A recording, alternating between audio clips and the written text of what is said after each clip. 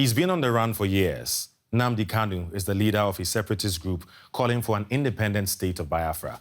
His followers call themselves the Indigenous People of Biafra, and they've not given up their dream of their own homeland in the southeast of Nigeria. The region has seen a surge in attacks, with some 130 police officers killed this year alone. In May, Nigeria's security forces launched an operation to quell the violence, which many fear may lead to a new war. But the conflict between Biafran separatists and the Nigerian government is much older than this recent outbreak. Take a look at the story of one of Nigeria's most wanted fugitives and the project that's been on pause for more than half a century. Heavy security in Abuja for the trial of one of Nigeria's most notorious separatists. Supporters of Nnamdi Kanu gathered outside the courthouse in anticipation. There were clashes and arrests. But then, mysteriously, the prosecutor failed to deliver Kanu to court. They said it's a problem of logistics.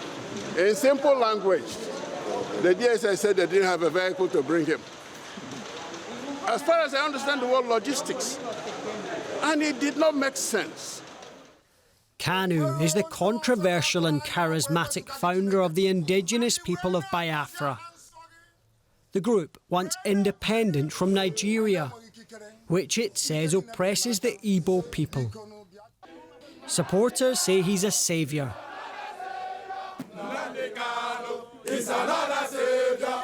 Our mission is a very simple one: to restore Biafra, or we die restoring Biafra. That is why the zoo must fall. Zoo is what Kanu calls Nigeria. His critics say he's a dangerous nationalist. In 2017, DW News sat down with him. Nigeria is not a civilized country. People behave like animals. They're not reasonable enough. They're not disciplined enough. They are not mentally developed enough to run a transparent civil society. Don't you think you insult a lot of Nigerians with that? I'm being very kind, to be honest. I could have used far more harsher words to describe them. The conflict between the government and ethnic groups in southeast Nigeria dates back half a century. More than 2 million people died during a 2-year war which began in 1967. Hundreds of thousands starved to death. Nigerian President Muhammadu Buhari served as a general back then. In a recent tweet, he threatened to treat the separatists in the language they understand. For Nnamdi Kanu, long a thorn in Buhari's side, that means incarceration without trial, at least for now. For more on these developments, we've invited Kabir Adamu onto the show. He's a security analyst from Beacon Consulting and joins us from Abuja. Hello, Mr. Adamu. Welcome to DW News Africa. Now, this looks like history repeating itself. Nnamdi Kanu was arraigned for trial in 2015. The authorities failed to present him in court. Then he was bailed and disappeared. 6 years later, same story, arrested but not brought to court. Is this legal? There was an expectation, and it was stated by the government that they will be presenting Nnamdi Kanu in court. The reason they cited for not presenting him is logistical, and that reason has been sort of dispelled by both sides, to the extent that the court where the sitting held and the location where it's being held, or at least the headquarters of the local security department, which is the SSS, is just a few kilometers, less than 10 kilometers actually from each other. So one really wondered what logistical challenges meant when they said that was the reason why they couldn't present it. So in summary, it's not legal in the sense that there was no determination by either side that this case would be one where the trial would be in absentia. Kanu heads the Indigenous People of Biafra, or IPOB. How much support does the movement have? What we've seen in terms of our observation and then the anecdotal information that is available to us shows that the movement has tremendous support, especially among Igbos in the diaspora, as well as Igbo youths. And part of the reason why this support is not only enormous, but it's growing, is because of the perceived and the real perception of marginalization that exists within the Igbo cultural subgroup. And just to give a bit of perspective around this, the country is governed by a northerner, in fact, a northern Fulani. And there is a perception among a majority of Igbos that they are being sidelined in terms of infrastructure, economic empowerment, financial inclusion, sometimes even social and political. Now, in terms of its diaspora support, we know that it has opened accounts, even in the US as an example, and in several European countries, where its membership is donating money. It's also come out with some aspects of national memorabilia, passports, flag that it's selling and its members are buying. And so these are the indications that you see and you know that it has support. Likewise, if you travel to several parts of Western Europe, as well as several parts of Africa, even remote villages, you see persons wearing T-shirts and caps and flags of Biafra. So definitely indicating support among these two groups that I mentioned. So, is there any chance of the Nigerian authorities talking to the Biafran or any separatists? I think there are some backdoor channel communication, and a very good example of this is when he was granted bail. It's a serving senator that stood in for him, and when he jumped bail, that senator was never arrested.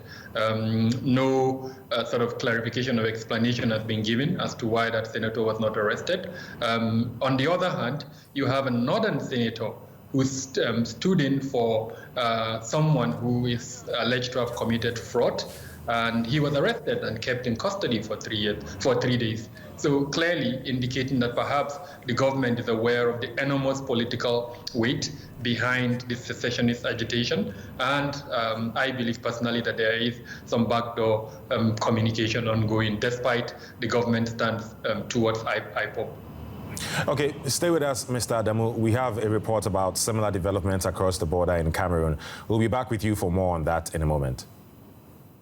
Those reports from Cameroon indicate English-speaking separatist militias have joined forces with their Nigerian counterparts, a development that has led to fears of an acceleration in violence. The Biafran secessionists and the Ambazonian Defence Force in southwestern Cameroon share a common border and a joint purpose to establish their own states. They say they are already sharing weapons. DW reporter Blaise Young reports from Douala. Almost 750,000 people have been displaced by the conflict. Mba Doris is one of them. She says government soldiers accuse her entire village of supporting the separatists and touched their homes, hers included. For the last 4 years, she has been staying with her children at this rundown property in the town of Kumba. They burnt down the entire village and we hid out in the forest. But it was full of mosquitoes, we didn't have much to eat, and we only had dirty water to drink. I made up my mind to leave and seek refuge in the city. Since the start of 2017, Cameroon's government has deployed thousands of troops to push back Anglophone separatists. The militias are fighting to create a breakaway state they call Ambazonia, and they are looking for new ways to extend their influence. In April this year, a faction of the secessionist movement announced a cross-border partnership with Nigerian separatist group, the Indigenous People of Biafra. About the alliance between the governing council, military wing, the ADF, and the IPOD, the Indigenous People of Biafra, it has given the Ambazonian Defence Forces unprecedented access to unlimited supply of ammunition from the black market within the Nigerian area. And it has also allowed our forces and both the forces of the Eastern Security Network safe havens across the border. DW News Africa contacted the Cameroonian army. A military spokesman declined to comment. Nkem Kevin works for a local human rights organization. They have been documenting the conflict in Cameroon. He says attacks from separatists have increased since their partnership with the Biafrans. Recently, we have seen, after the collaboration, how the separatist fighters have grown from strength to strength. There have been a wide use of improvised explosive devices on the side of the separatists, And this has led to the killing of so many defense and security forces as compared to the previous years. This intensification is bad news for Doris. She says she would love to return to her village, but she can't because of the ongoing fighting. The alliance between Anglophone separatists and the Biafrans is only expected to further worsen the conflict in the Cameroonian side. So Doris won't be going back home anytime soon. Kabir Adamu is still with us. He's a security analyst in Abuja, Nigeria. Mr. Adamu, separatists in Biafra and Ambazonia announced their cooperation earlier this year. Do we know how extensively they are working together? In the announcement, they indicated that the cooperation would run across a couple of areas. One of them is weapon acquisition and sharing. The other one is training for their members, and then they also mentioned the protection of their common borders. Now we know that the gun-running channels in Nigeria are quite extensive, and given Nigeria's sort of proximity, especially in this instance, access to weapons that have sort of fed the militants in the Niger Delta, as well as the outcome of the collapse of Gaddafi in Libya, and the weapons that have flown into the Sahel that are finding their way into the Niger Delta area, and of course into eastern Nigeria. So it's likely that in terms of weapon exchange, both groups it would be sort of a strategic sort of partnership that would benefit both groups. We also know, for instance, that in terms of their mobilization, the negative sort of narrative they put out there against the central government of either country, and they use the mobilization. The strategic partnership built around this negative cry of marginalization would help both sides. An alliance sounds definitely like a big deal. What impact could this alliance have on regional stability, for instance? A lot. If we see Nigeria as the regional superpower, and the fact that it already has a huge task addressing the insurgency that is the region in the Lake Chad Basin area, now with another front opening in the southeast. Let's remember that from the beginning of this year, IPOP or its affiliates have been attacking security forces formations with a ferocity that is indicative of an upcoming insurgency. And now, if that partnership or alliance grows, and we now see a new front in terms of an insurgency in both the southeast of Nigeria and in southern Cameroon, then the capacity of Nigeria to remain as a regional superpower and assist in containing some of the challenges within the sub-region would be reduced tremendously, because it will be dealing with its own internal problems, which unfortunately do exist at the moment, and they are growing at a very worrisome state. Trying to wrap it up, I wish we had more time. But the use of brutal force against the separatists and occasional rare dialogues haven't stopped the calls for more autonomy. So what is the best way to tackle this situation? I could tell you two words and then say thank you and leave, and that's good governance. If there will be an improvement in governance to address the root causes of this growing calls for secession, then hopefully this would reduce. In the Nigerian case, and in fact even in the Cameroonian case, a recognition by the central government of some of the grievances. A good example is a recognition that this number of people died during the Biafran War in 1967 to 1970, as well as in the case of Cameroon, and perhaps the declaration of a national holiday around that period and some form of political action to show recognition, engagement, as well as to address the concerns around inclusion, diversity, as well as the feeling of marginalization, I think would go a long way towards reducing the agitations as against the use of brutal force. Kabir Adamu, security analyst in Abuja, thanks for your insights. Thank you for having me.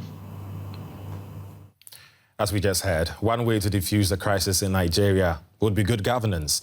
Yet for some in the region, it was actually the election of President Muhammadu Buhari, himself a veteran of the Biafran War, that reawakened calls for independence. Now the arrest of Nnamdi Kanu has only heightened tensions. We sent West Africa correspondent Fred Muvunyu to Biafra to meet a veteran of the war who wants to avoid a return to conflict. ghosts of war are easily found in Biafra.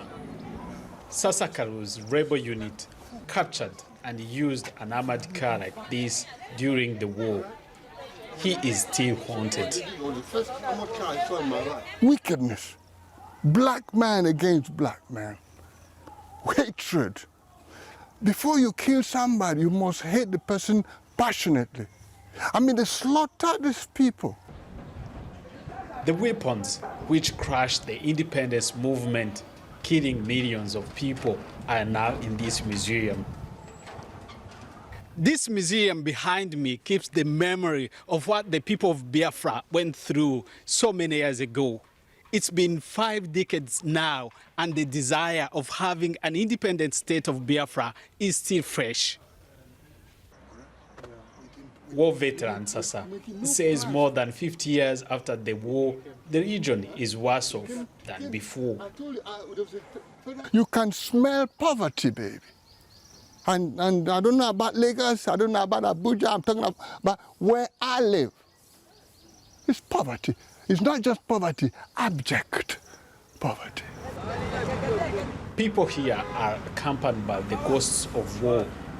It's difficult to know how many people want independence. A government crackdown makes talking about it a frightening prospect. This man leads a coalition of youth leaders in the region. He says the way to silence calls for Biafran independence is for Nigeria to elect an Igbo president. We have people who, if given the opportunity, they will turn the economy of the entire country to be a super and developed economy.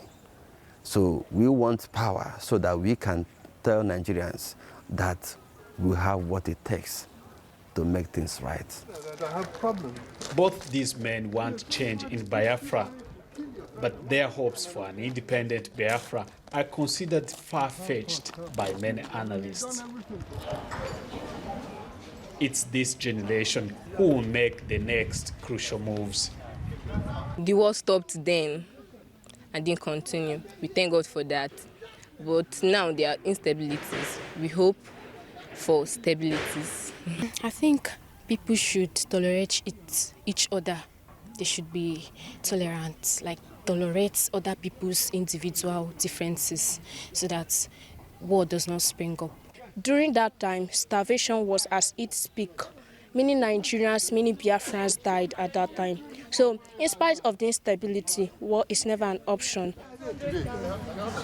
The veteran gives a voice to the ghosts and he talks to the young.